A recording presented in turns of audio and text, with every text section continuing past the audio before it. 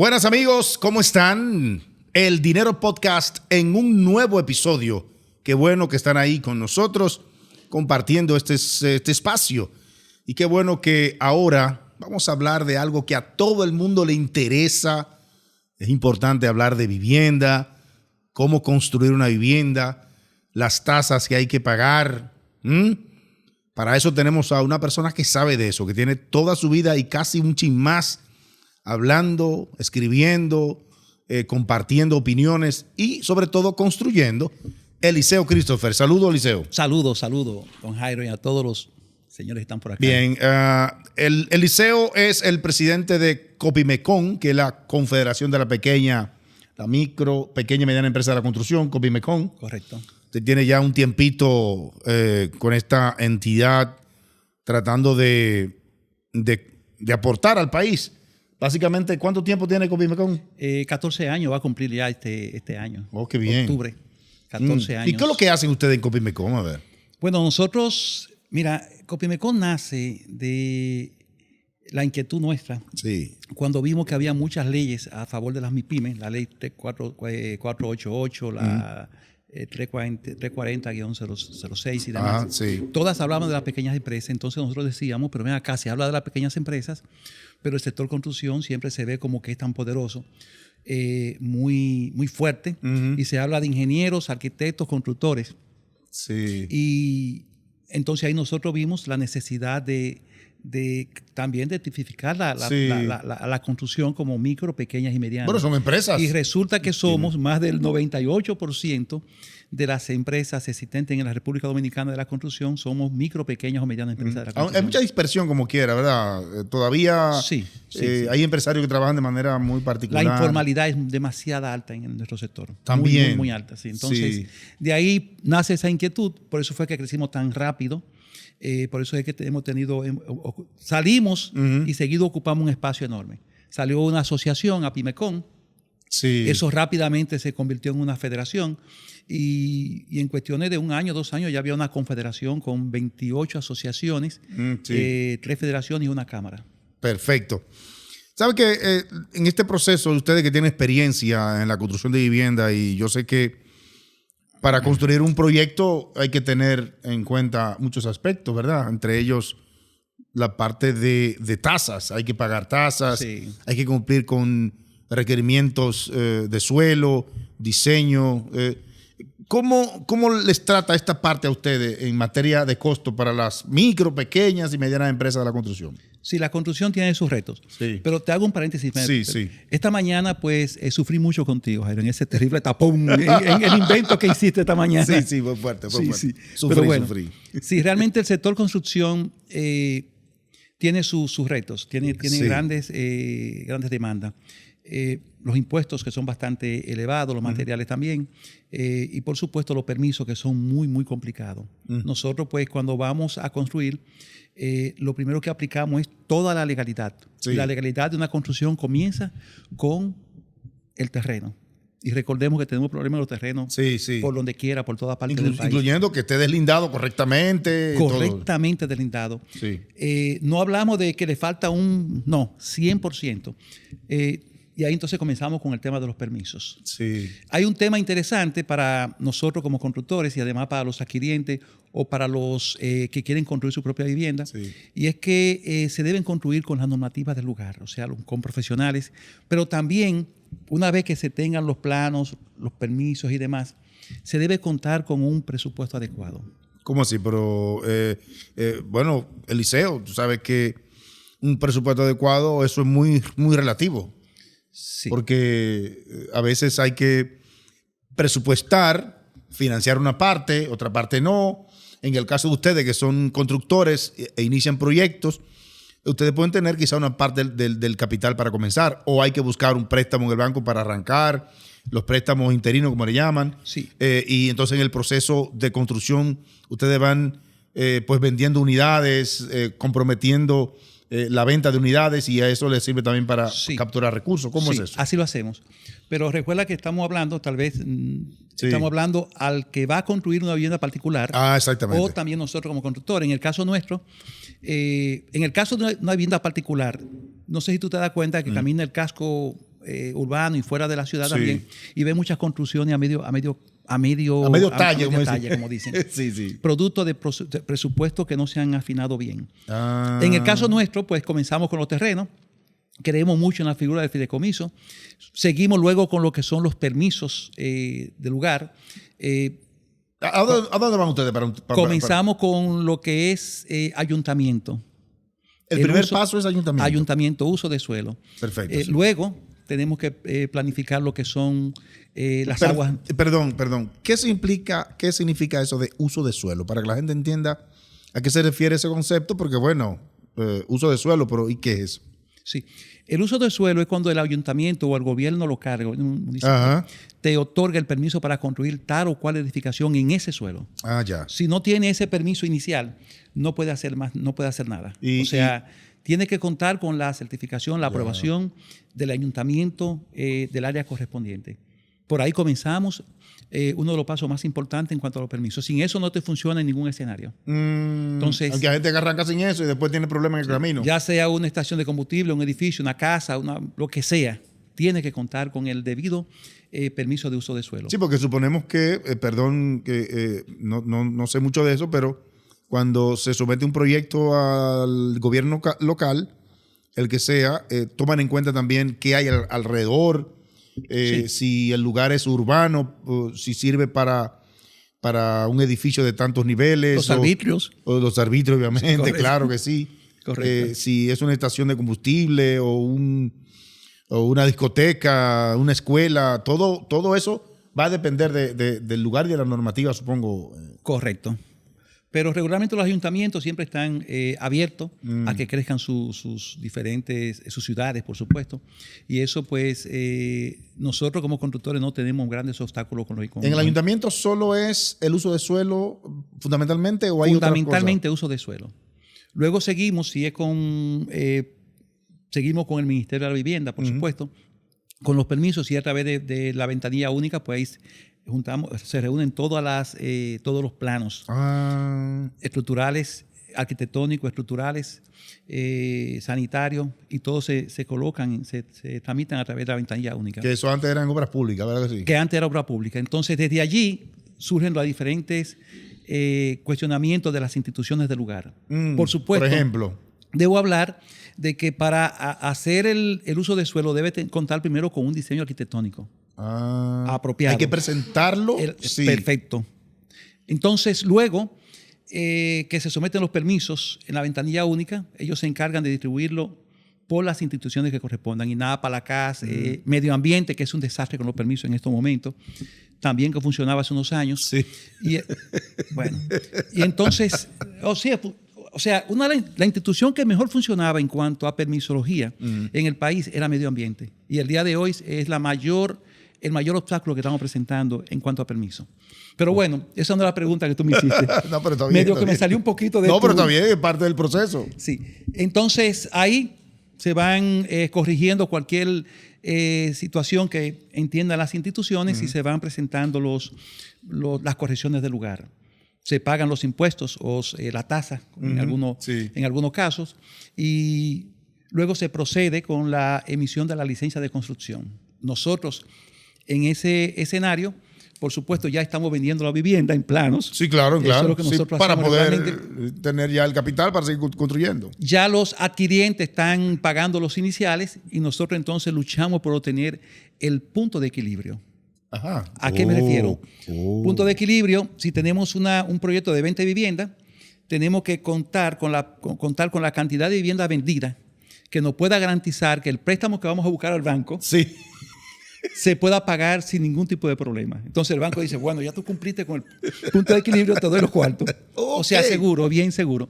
Y allí pues ya entonces comienza lo que es la dinámica de la construcción, que es por supuesto muy demandante. Entonces, primero está el permiso de uso de suelo en el ayuntamiento. Correcto.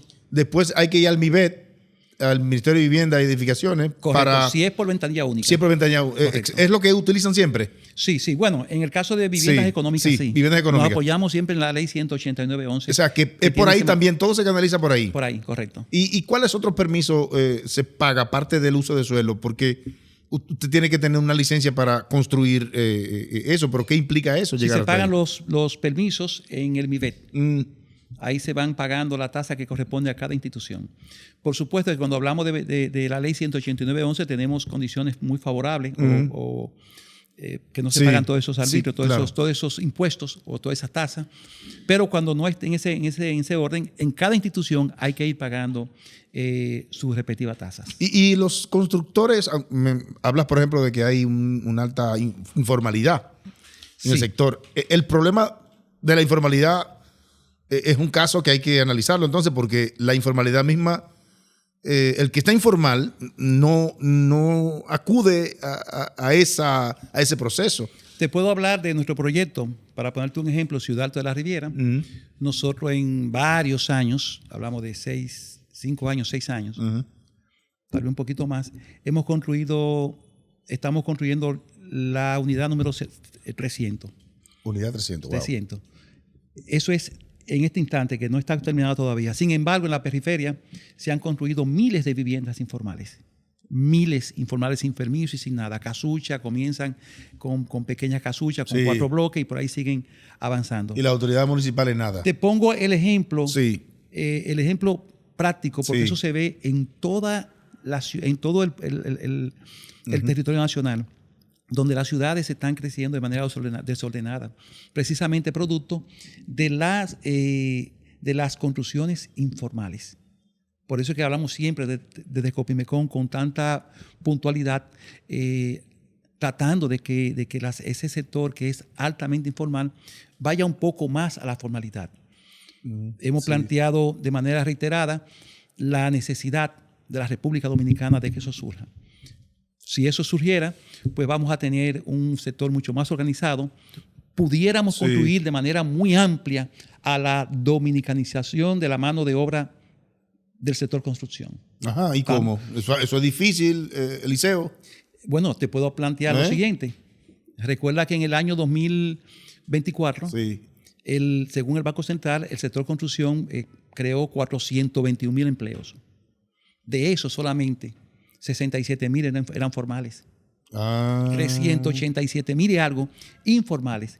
Eso quiere decir que hay situaciones con la informalidad en la República Dominicana. O sea, que el sector de construcción tiene casi 500,000 de personas empleadas.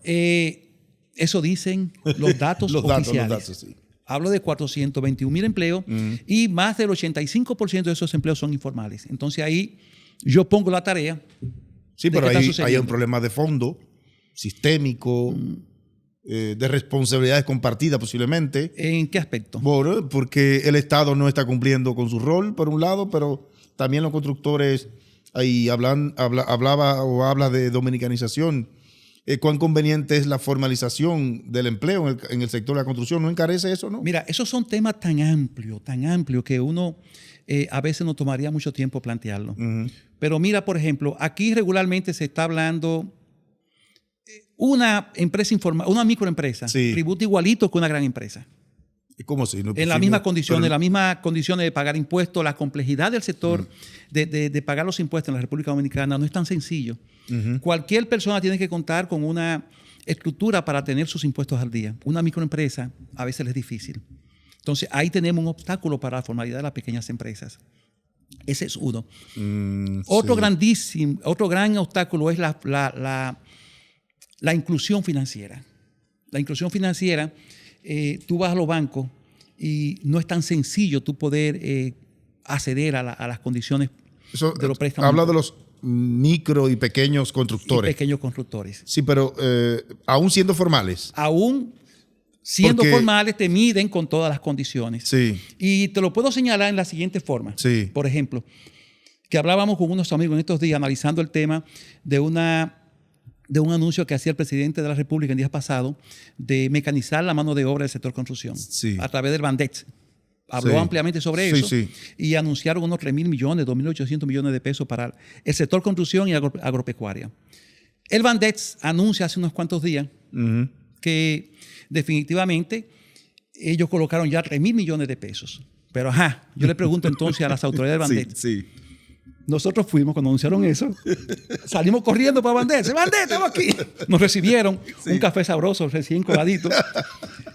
agua fría Sí, en muy un bien. tercer nivel, me parece que fue donde Excelente. recibieron. Sí, hay que estar la Pero cuando nos pasaron los requisitos para acceder a esos acceder a fondos. esos fondos, era más fácil hablar con Elon Musk, tal vez nos llevaba a la Luna o a Marte, que acceder a esos fondos. Entonces, en conclusión, ¿por qué te decimos, traemos esto a coalición? El sector construcción es altamente productivo. Y desde aquí, en este momento, yo estoy mirando una gran cantidad de torres construidas aquí en la República Dominicana. Sí. Aquí en Santo Domingo. Ese grupo de constructores que han desarrollado estos espacios no necesitan recursos. El sector financiero, que es también tan competitivo, lo que hace es que le lleve esos recursos a sus oficinas, a sus casas, a sus construcciones. Incluso si están fuera del país, hasta lo ponen a firmar vía la firma digital. Firma digital, para llevarle las facilidades bueno, económicas. Porque esos son buenos clientes. ¿Qué tú quieres? Claro, lo vemos bien. Estamos bien, estamos de acuerdo. Es negocio. Claro, y no nos oponemos a eso. Sí. Pero entonces, para a lo que se le dan los favores a través del Bandex y a través de la liberación de los recursos legales, no es al grupo que pudiera cambiar la situación en cuanto a la formalidad de la República Dominicana, en cuanto a la mecanización real de la mano de obra del sector de construcción. Se le facilitan a los grupos que no necesitan y que ya tienen recursos. Y ya tienen recursos y están mecanizados. Entonces, no estamos siendo bien orientados. Por ejemplo, ustedes veían anteriormente que venía una patana cargada de bloques y venían 15 morenitos, que era que iban a desmontarla. Christopher, yo estoy sintiendo que usted está cogiendo mucha lucha, parece, en el sector constructivo. Está cogiendo lucha, Me gusta. Pero cojo más lucha con el gobierno, que me prometen cosas, y nunca se da nada. Voy a las reuniones con los ministros y nunca todo muy bien nada. ahí, todo el mundo formal y al final... Nada. Y el presidente es mi amigo, déjame decirte. Sí, hablamos muchísimo. Bueno, pero... Cero respuestas. Pero usted está construyendo ¿cuántas viviendas ahora me dijo? Sí, pero eso es, déjame decirte. Eso es a costilla récord ahí. Eso es un grupo que hemos estado trabajando de manera muy puntual. Sí. Te decíamos, bueno, el presidente es mi amigo, pero no resuelve nada. Pero bueno, te decíamos en días, muchos mensajitos. El Hola, presidente ¿cómo tú estás? es amigo, pero no le resuelve nada. Absolutamente nada. Nuestro amigo Luis Abinader. No, y hablamos cada rato. Hablamos cada rato. Sí. Ay, mi madre. Yo mi WhatsApp está lleno de mensajitos con el presidente. ¿Oíste, Luigi? Sí, Luis Abinader, nuestro amigo. Un hombre que logró muchísimo ahora con reunir, hay que reconocerle que logró reunir a todos los líderes empresariales, a todos los líderes políticos del país. Que no había visto eso yo nunca. Yo nunca lo había visto tampoco. Entonces lo logra con un tema en común, que es el tema haitiano. Y de ahí van a salir temas sumamente viables y amplios para el país, pudiéramos decir. Que creo que está dando paso gigantesco en ese orden. Ok, pero en definitiva, Eliseo Christopher, pudiera haber fórmulas más simples, más expeditas, más rápidas para impulsar entonces la vivienda económica, la vivienda que es la que tiene una demanda inclusive mayor, más constante, partiendo de las características del pueblo dominicano. Hay muchos mecanismos. Te decía hace un ratito que veíamos el camión que iba lleno de bloques con los morenos. Esos morenos lo desmontaban. El día de hoy tú alcanzas a ver que las grandes fábricas de bloques van con el camión y un montacarga especializado. Claro. Ya esa gente está especializada, ya tienen sus condiciones. Y así existen en diferentes partes de la construcción. Ahora bien, toda esa ferretería que están en la periferia de las ciudades necesitan de ese financiamiento especializado.